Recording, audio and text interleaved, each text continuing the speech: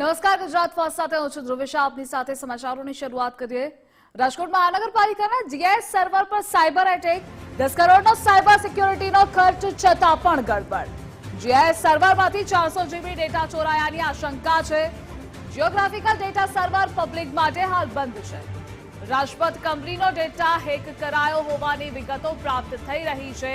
તો GIS server પર સૌથી મોટો સાયબર એટેક થયો છે. 10 કરોડનો આ સાયબર સિક્યુરિટીનો ખર્ચ છતાં પણ ગડબડ થઈ છે. 400 GB ડેટા ચોરાયાની આશંકાઓ પણ છે. અને આ મુદ્દે સંવાદદાતા રહીમ જોડાયેલા છે. રહીમ, રાજકોટ મહાનગરપાલિકાના જીઆઈએસ સર્વર પર સાયબર એટેક થયો છે. અપડેટ શું મળી રહી છે?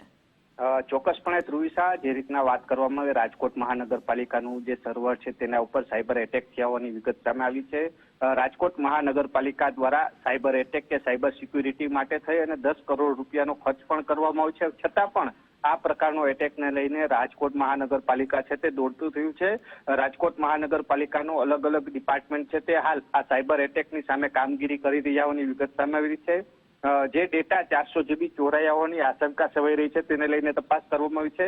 રાજકોટ મહાનગરપાલિકા સંચાલિત જે બીઆરટીએસ રૂટની બસો હોય છે તેને જે રાજપથ ક્લબ છે તેની અંદરથી આ ડેટા ચોરાયા હોવાની આશંકા સેવાઈ રહી છે. હાલ સાયબર સિક્યુરિટીના અધિકારીઓ છે તેમના દ્વારા હાલ તપાસ છે તે કરવામાં આવી રહી છે. સાયબર એટેકને લઈને હાલ જે ડેટા ચોરાયો છે તેને રિકવરી કરવાની વાત છે તે સામે આવી રહી છે. તો બીજી બાજુ જે રાજકોટ મહાનગરપાલિકાના જે રાજકોટ વાસીઓ છે તેમના માટે હાલ જે ઓનલાઈન સુવિધા છે તે હાલ મોકૂફ રાખવામાં આવી છે, કારણ કે ટેક્સ વિભાગને અલગ અલગ વિભાગ દ્વારા જે ઓનલાઈન પેમેન્ટ થતું હોય છે તે પણ હાલ કાર્યવાહી બંધ કરી દેવાનું છે. તો સાયબર એટેકને લઈને રાજકોટ મહાનગરપાલિકાની અલગ અલગ ટીમો છે તે હાલ કામે લાગી છે. જી ધ્રુવિશા. જી રહીમ, જોડાવા બદલ આભાર આપનો.